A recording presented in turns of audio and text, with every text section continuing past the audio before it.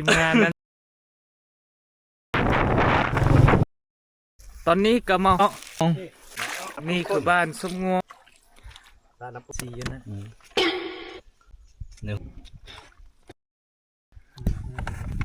เบิ่งเนาะมื้อนี้ว่าสิมาหรือบ่มาเนาะนี่ก็ตีปลา 4 โมงใหญ่แล้วมัน ตอนนี้ก็ ได้แห้งมาปลาขาวเด้มาแล้วดิโอ้มาแล้วนะแข็งแล้วอันนี้ก็ได้ อ่านอย่าว่าบ่มานมาเลยตื่นเต้นเลยพี่น้อง สิเป็นยากนาว โอ้ได้อีแล้วได้อีแล้ว โอ้โห ดินี่ก็มามื้อนี้สิพาทุกคนไปเบิ่งไปสัมผัสบรรยากาศวิธีการดำรงชีวิตของชนเผ่าไทยแมน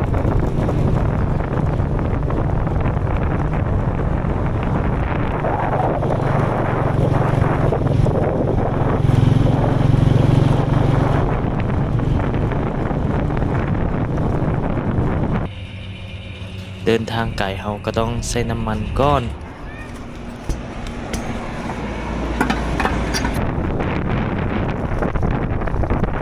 มาฮอดจุดนี้ก็ฮอดทางเข้าบ้านเนาะทางก็จะเป็นทางดินแดงนี่แหละ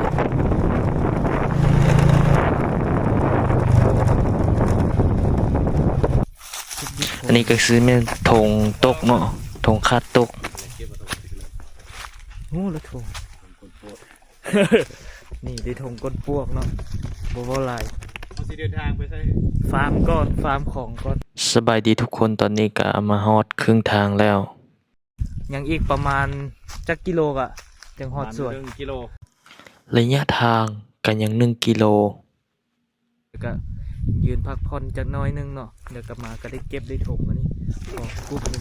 อันนี้สัมภาษณ์ก่อนสวัสดีนะทุกคนมื้อนี้พาทีมงานมานี่นะบ้านชนเผ่าไทยแมนแต่เป็นบ้านเขาเองคือว่าหมู่บ้านนี้นี่เป็นหมู่บ้านดั้งเดิมของชนเผ่าไทยแมนที่เราตั้งอยู่ตามร่องสายแม่น้ำเทินและกิจกรรมมื้อนี้นี่เราจะพากันไปไส่มองหาปลานะไปเบิ่งบรรยากาศนำกันนะมื้อนี้นี่ทีมงานนี่มาครั้งแรกเด้หมู่คนนี้เฮ็ดเวียกมาแต่ไทยเนาะเฮาได้ขับรถมาหลายชั่วโมงหมู่บ้านนี้ไกลจากตัวเมืองหลายกิโลพาทุกคนไปเบิ่งเด้อ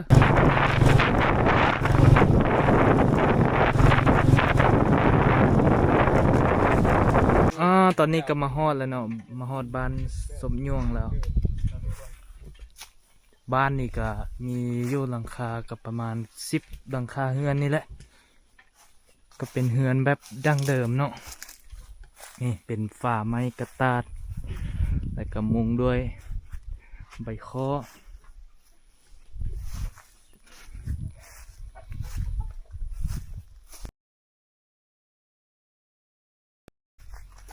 และนี่ก็คือสถานที่ที่จะไปหาปลาที่ไปหาปลาเนาะเอามาปิ้งอันนี้ก็อุปกรณ์นี่ก็เป็นสายน้ำเขียวงามตอนนี้เราก็สิพาทุกคนไปหาปลากันพร้อมระบอไปเลยจับโต๊ะได้บันไลแล้วอากาศดี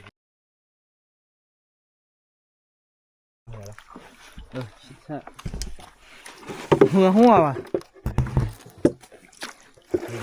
ยาได้จม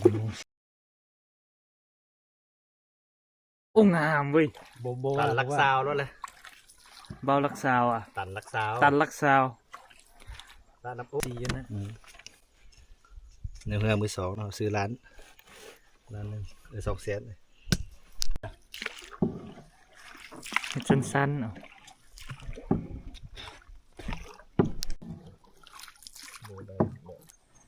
รู้สึกว่าอากาศตอนนี้ร้อนแหง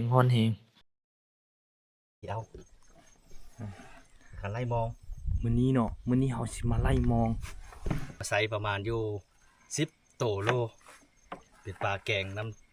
ำเทินน้ำโยงเขาอากาศมื้อนี้นี่ก็ค่อนข้างจะร้อนได้การหาปลานี่ในเขตสายน้ำเทินน้ำโยงนี่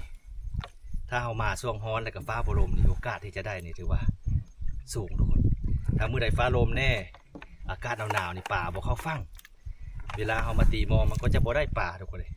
นี่ก็เป็นทริคหนึ่งในการ ใส่มองตามสายน้ำเทินน้ำยองเขา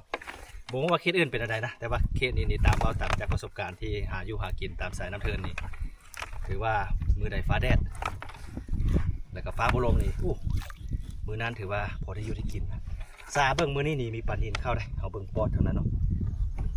แต่ว่าปลานินนี่มองอันนี้บ่ได้แต่ว่าเขาอยากเอาปลาน้อยคนมือนี้คือว่ากันในการหากินยันพาทีมงานมันสิไปกินคาราบาวลุยไฟอย่างเดียวไม่ได้ปลาให้เขากินถูกไหมในการหาป่ายุเขตสายน้ำเทินนี่มันมีหลายวิธีทุกคนแต่ว่าวิธีการนี่ก็คล้ายๆเขาอ้อมเป็นหุบตัวยูหรือว่าตัวโอโดยการเขาปิดทางนั้นทางนี้แล้วเขาไปตีด้านในถ้าว่าบนใดมีป่ามันก็จะออกมาทึกเนาะหรือว่าเป็นอีกวิธีนึงแล้วมันลากเอาเดี๋ยวจักหน่อยเสียไปอีกนั่นเป็นวิธีลากมองแล้วบริเวณนี้ลากกับบริเวณก็ได้เพราะว่ามันมีกระต่อไม้หลายเราก็เลยใช้วิธีการตีปลาเนาะตีปลาให้ปลามันประมาณเนาะนี่ก็ออกไปข้างนอกไปติดมองที่เฮากางไว้จะเอาไม้ฟาดปูได้ปลาเลยไม่รถได้มันบริทึกมองได้นี่มันมุดเรื่องตีมองใหญ่ไป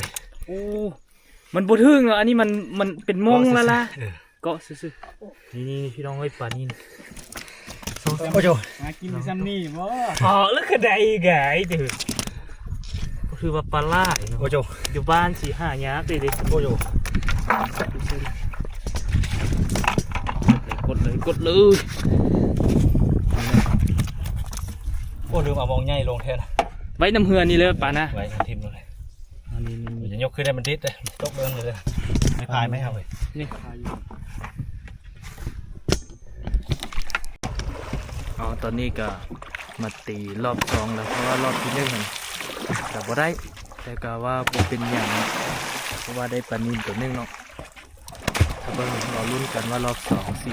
4ได้หลายซ้ำได้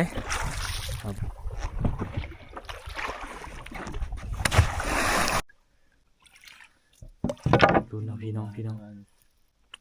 นี่นะทุกคนมาแล้วนะทุกคนนี่มาแล้วปลาตกนี่ปลาและตัวแรกแห้งมันปลาขาวปลานี่เป็นปลาแกงเลยส่วนหลายจะดำอันนี้มันอยู่ตามสายน้ำที่สะอาดโดยเฉพาะไม่ใส่เด้มาแล้วดิโอ้มาแล้วนะทุกคนนี่มาแล้วปลาแกงแล้วนี่ปลาแกงโอ้อ๋อได้แล้วเอาแล้วดีแท้มันขึ้นเรือนะแต่ตกซะดีใจแล้วนี่ปลาปลาคามองพี่น้องเอ้ยนี่หลุดใส่งามๆปลาแกงอันนี้ก็ได้พี่โย่เกือบไม่ได้กินเด็ดโอ้เขาโต2 ตัวโอ้แล้วผมได้มาแล้วนี่โอ้พี่น้องเยอะตกมานอย่าว่าบ่มานเรียบร้อยพี่น้องเลยได้ปิ้งกันนะกินรอบบางอย่างนี่บ่มานทุกคนเลยอาจจะมีคนมาตีก่อนรอบนี้มั้งลุ้นอีกเด็ดบุ๋มแม่น่ะไอ้ไม้แล้วมาอีกแล้วโอ้โหยังอยู่ตามอยู่มาได้เรื่อง ได้เรื่องเว้ยคักเว้ยตื่นเต้นไอ้บอลนี่นะบอกได้ปกติคักเว้ยตื่นเต้นดีเว้ยเลยพี่น้องใส่กระทายไม่เอาไกลหรอบอกว่าเป็นอย่างนึงรอบหน้ามีหลายรอบจะเป็นยากเอานาวอยู่ขั้น2ดีโอ้ปลานี่ปลาข้าวนะมันกดจังเลยวะกดทางเทิงซื่อๆแล้วกดถึงกดแล้วหันมอดว่าโอ้ได้อีแล้ว